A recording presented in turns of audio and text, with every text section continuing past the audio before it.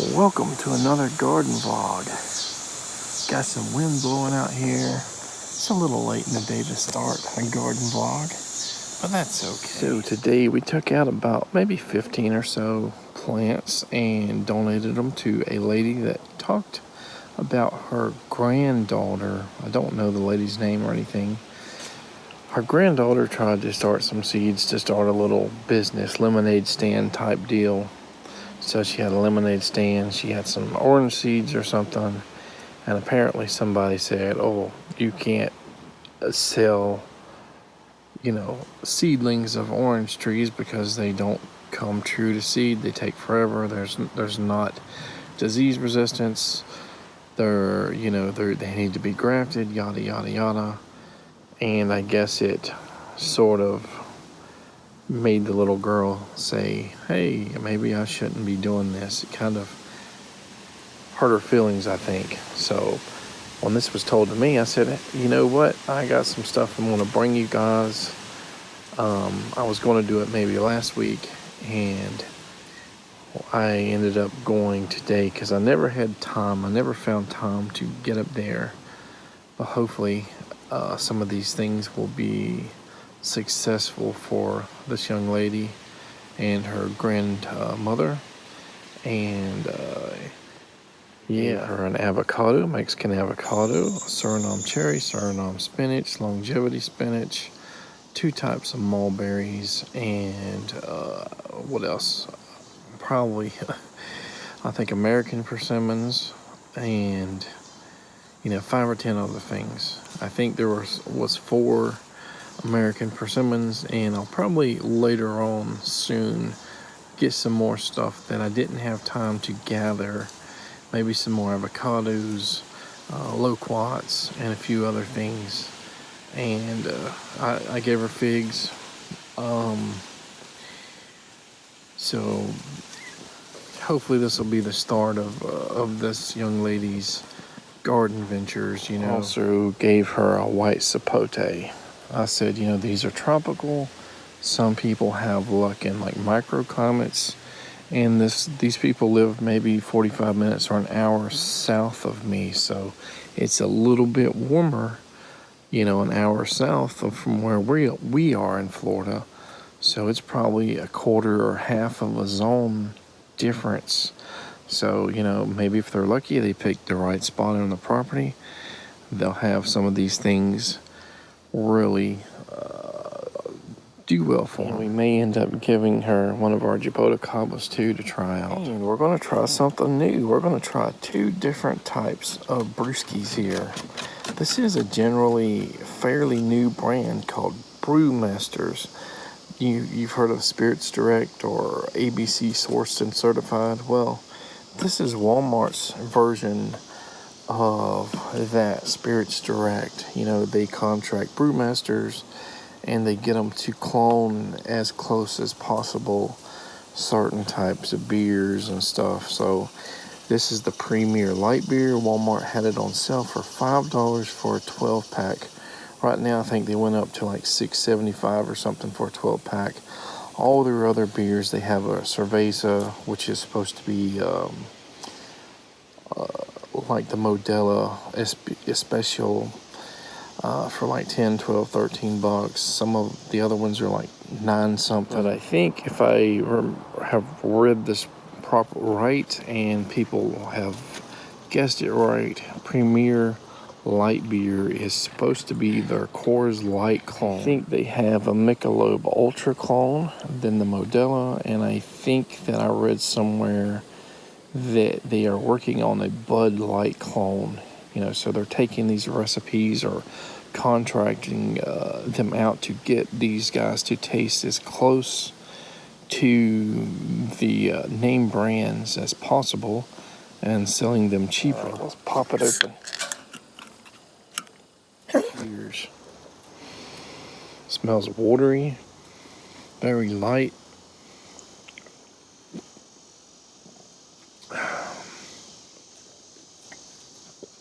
Very light, very watery tasting, very refreshing.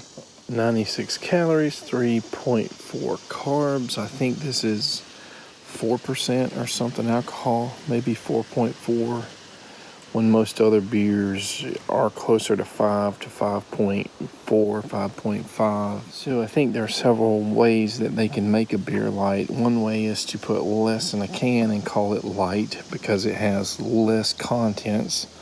One way is to add enzymes to make some of the carbs that normally don't ferment in your beer ferment and create a higher alcohol percentage, and then they water it down. I read that some add corn or rice or more of that versus more of the barley and hops and all that stuff to give it, a lighter taste. To sort of be under the impression that people, especially women, would buy light beer just to keep it off their hips, off of their stomachs and all.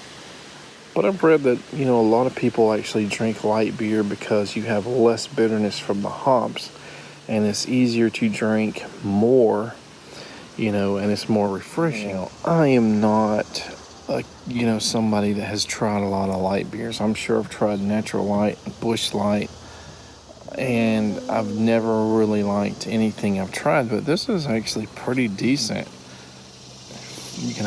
Don't even think I've ever tried Coors Light. Where I found it, I was looking up light beer or something, and I found this something that put things into perspective, especially when you're talking about beer versus whiskey.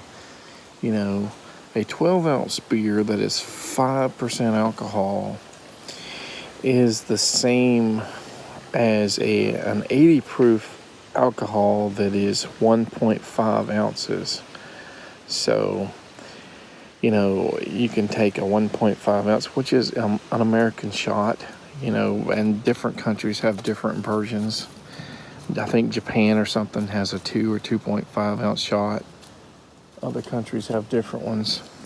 So if you do not like the taste of beer and you have a decent alcohol tolerance, it's going to be hard to take 6 or 12 cans of beer to get a buzz, if that's what you're drinking for. I think with beers as well, there's, a bloat factor. How many, you can drink 1 or 2 beers, and some people get so full in their stomach and their bellies that it's hard to drink more than that without waiting a while and peeing it out or something. So probably since I was a teenager or early 20s, I probably have not had a buzz at all based on drinking beer. And I get that same sort of bloated feeling after maybe 2 beers.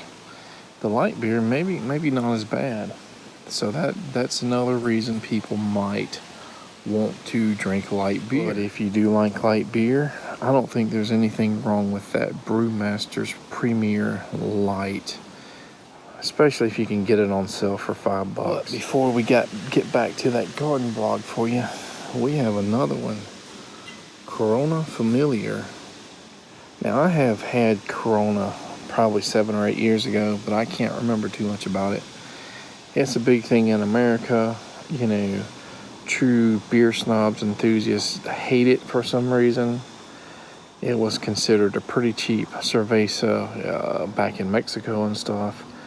But for whatever reason, it just people went wild for it in America, and it started getting to be super expensive. And right now it's like $20-25 for a 12-pack. And I think the Familiar is one of the new ones to add more boldness, more flavor. All right, we just popped it open there. Give her a smell.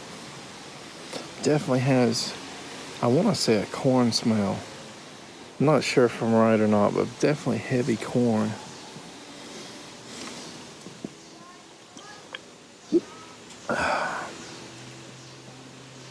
Definitely has maybe some more hops, maybe some more of everything in there. I think it's darker just by looking at it versus like the regular Corona. I think what they're going for here, maybe they're trying to clone Modelo Negra to get a little bit more of that bitterness. It's not a super bad bitterness. I honestly didn't know what to expect other than You know, it had more flavor, more bold. That's basically about all I've heard about this. It's all right, you know, probably people that like the Modelo Negra probably may like this. I'm glad I tried it. Not sure I would buy it again, but you know, I'm up for trying new things, and if I bought this again or again and again, I would take away from all the other stuff we're going to do on our beer journey. Well, it's the next morning. I guess I started so late yesterday that I could not find time to continue working on this garden vlog yesterday. So it's kind of early morning, not a lot of sun. I don't know if you can tell just by looking at, you know, where the camera's pointing. The sun still is in the east, not quite above the tree line yet. Kind of going back and forth between that little bit of dryness, droughtiness, and flooding rains. And despite that, you know, you have some leaves on a lot of these trees. They're just drooping and not looking that great. We've been supplementally watering them. But, you know, it's weird because it's like in the 60s sometimes at night. Early September being 68, 69 degrees is kind of strange for our area. But we're still 88 to 95 or so in the day. A lot of our figs are looking bad. I can't tell if they're drooping because of lack of water or if they're drooping because it's getting to be that fall season soon and they're just going to lose their leaves. Look at that. I remember September's being extremely hot most years and not this cool at night. But if we think about how the weather is, it's strange that these plants are drooping because they seem to be, in general, getting plenty of water. But they're acting like it's in the middle of the hottest part of summer. Very strange. Plants in the ground are looking better. But I just wanted to show you guys our cherry plum root sucker here that, you know, we transplanted. Probably had some broken roots and stuff. Probably hard to see because where the sun is, it almost looks like these are shadowed. Like there's a shadow over them. But yeah, that guy's like 9-10 feet at the tip there. Let's see if we can zoom in right there. That is the top portion. Got a nice load of strawberry guavas here. Super ripe ones. A lot of them fell early. But, you know, as you can see, a lot of them are super dark and fully ripe now. Now, that person that I gave all those plants to for their granddaughter, I gave them a handful of these, maybe about 10 of them. I said, you can eat them or you can take the seeds, do a little bit of both, and grow your own strawberry guavas if you want to try it. Seeing my bananas get a little bit bigger every day. Are they starting to get a little bit of yellow yet? I don't know. I'll wait a few more days. A lot of people say cut that bloom, that purple bloom off, and it'll make them mature faster. But as you can see, this guy's starting to lean. So we gotta hope that this guy doesn't fall like the last one did. That's a big problem we've had a lot of times. And we thought, well, putting him on a mound, based on everything we've heard, will help with that falling, you know, getting a certain nutrition and nutrients or whatever will help that. But the weight even of that small bundle of bananas is pulling it sideways. One bad thing right now is we're on a second wave of mosquito activity. I mean, they're like just 2 or 3 days ago, they started coming out again. And they are everywhere. I'm way in the back by the forest right now, so the mosquitoes are probably even worse. But I just now noticed there's another little guava here, the pink guava. And look how bad these leaves are eat up. Something must really enjoy tearing these leaves up, eating them. Well, I wasn't expecting this, but that rootstock from the Brazos Bell avocado just may have just died. So we were having, you know, from below the graft line, all that growth. And now, looks like it's potentially over. Yep, that's the Brazos bell. I think all of the hybrids I had, between that and Fantastic or whatever, all succumbed to something. I had 2 or 3, and they died. Mosquitoes are really making it hard to stop and focus. So if I sound like I'm completely unfocused as I try to video a little bit here, it's because mosquitoes are biting the crap out of me. Well, you see some weird things sometimes back here. I've been walking in the back. Of course, like I said, this is the forested area, shady, probably the highest population of mosquitoes back here. And just checking out the pawpaws, looking to see if I can see any that have never bloomed and see if they have any potential bloom heads on them, you know, the little round spots on them that indicates a potential flower for next season. Haven't seen any so far, unfortunately. At least one of my IXL grafts died a while back that I put on that Pennsylvania golden pawpaw. But here's another one that lost all its leaves, and it's still passing the scratch test, I think. So maybe it just goes into fall early. Let's hope that's the case. I don't remember if I have another IXL graft anywhere. I do have an IXL here. It's about a 2.5 foot piece, and it looks like it has at least two flower blooms on it. And it's growing very vigorous. Sunflower, of course, always has these tons of flowers on them, but no fruit as of yet. One also has a few, but it never goes crazy with flowers. Mango cultivar, I couldn't find any on it, but sometimes you'll get 1 or 2 that you miss. About every other year it'll produce a flower or 2, but not consistently every year. With that said, putting it, you know, grafting onto other rootstocks, maybe more vigorous ones, and ones that are closer to the sun, getting more sunlight, may be the answer, because that's in heavy shade. Biggest pawpaw sucker that's only about 2 years old is getting up there, probably about 11 feet now, and the leaves haven't fell yet. So, oh my gosh. So I don't know if it's going to coincide. We're getting ready to wind down this garden vlog for the season. Are we going to end it after the growth stops and all the leaves have fallen off of that? Or is it going to be before? And just as I tell you guys all the time on my vlog, it is very hard to get out day, night, midday, mornings without kids hollering, somebody wanting me. This is probably why you don't see a daily garden vlog from me or more videos. But it'll be interesting to see how tall that 2-year-old pawpaw sucker will get, whether it's, at the end of this garden vlog season or the beginning of next. We'll take a tape measure out there and measure it and see if it hits 12 or 15 foot. So at the beginning of this garden vlog, we talked about giving all those plants to that grandmother and our granddaughter, maybe to inspire our granddaughter to do some more gardening projects and stuff.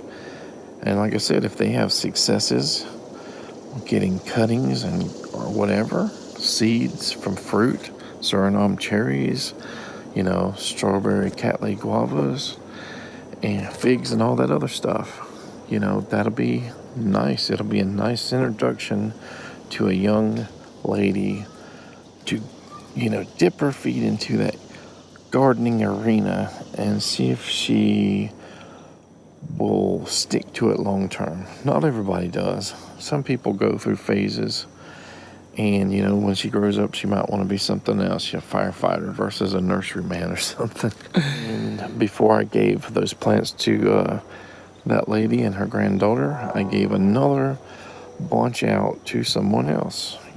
Not a big story there. Just giving them to somebody that didn't have these particular plants. So we are slowly distributing a lot of these plants to the local garden community, but we definitely need to get some more done. We did a lot of repotting because of how many failures we had in that mulberry, cuttings and graft experiment, or whatever you want to call it. So we had an extra, 15 or so pots of potting soil and containers, and we potted a variety of things, avocados and white sapotes, I think some jackfruit, and we got some more we need to pot up. Separating several of these dwarf everbearing mulberries, and this guy here really got shocked a little bit, but they'll probably come back and they'll probably be okay. One of the big questions I'm asking myself is, what do I do with this grafted sunflower pawpaw? I've wanted to be kind of selfish at times and say, let's just put this in a sunnier location than where my mother tree is, which is in shade. But I knew that this would make an excellent gift to somebody that doesn't have pawpaws. And, it's a grafted pawpaw. It's got that nice graft that's already healed over right there. So hopefully I can make a decision soon. What else before the end of the season do we need to do or make a decision on? I think we're going to plant some of those American persimmon seedlings that we cold stratified, and I know I've had bad luck grafting onto American persimmons that are in the ground. But we need to put them in a place where if a graft never takes, then the actual rootstock survives. Is going to be okay, or a great spot for wildlife or whatever, and we can keep continuing to try new methods of grafting and shading over that graft until we maybe get it right. So need to strategically figure out how many more, like maybe white sapotes or avocado seedlings or whatever, we could potentially plant in the ground, because we did have quite a bit of a failure rate, quite high failure rate of the avocados already. And we have some that look happy and some that are kind of in between. But ultimately, most of these avocados that are left need to be going to the garden community. Let them try. Maybe they have the perfect spot. Sandy, well draining. They can mulch around it to keep some moisture in there. Maybe put some mycorrhizal, seeding in there. And maybe they'll have good successes with them. Grafted strawberry loquat there. I haven't found a place for it. It's still small and probably be okay for another season in the pot. I kind of plan to get it planted this year, but we haven't really had time to work on those raised beds and do everything else. Because actually the freaking lawnmowers broke down again, and the freaking car's CV joints, I think, are going out. I just put an ignition coil in the car, and then the AC fan went out, so we're just putting that in there, and a new AC cabin air filter. So everything just seems to go bad at one time. Are we going to plant any more of these figs in the ground despite not having backups of any of the ones that are still in pots here? Yeah, big question mark. I don't know. I hope that we have enough material, figs, everything to give back majorly to the garden community in the next couple years. But that depends on how well everything does for us, and how vigorous the growth is on those figs and stuff once they go in the ground. Or if we keep them in pots, are we only going to be able to get 1 or 2 cuttings each year from them and take a chance? Not all my cuttings succeed with figs. The Ronde Bordeaux only got 1 cutting, died. Honey Plum died. I think a couple other ones died.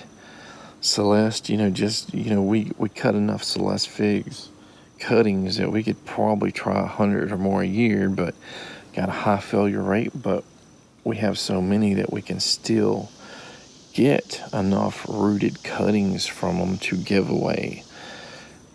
Maybe other figs in the future. Never had one Deanna fig take, despite getting many cuttings from it over the last year or two. Unless or until we are creating our own avocado fruit here, we're going to be getting seeds from outside sources.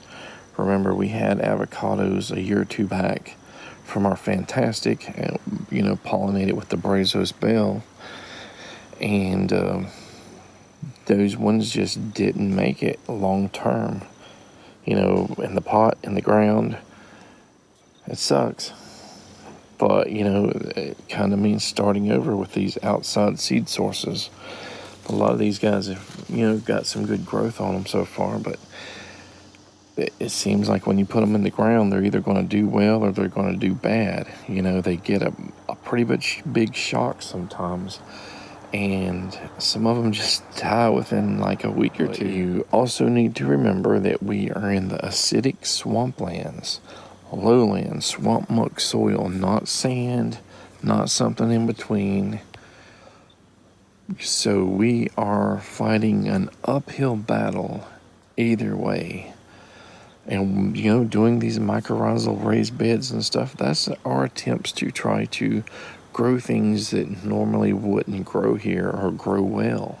Alright guys, I think that's it for this video. I'm running out of time and the mosquitoes are terrible, so take care.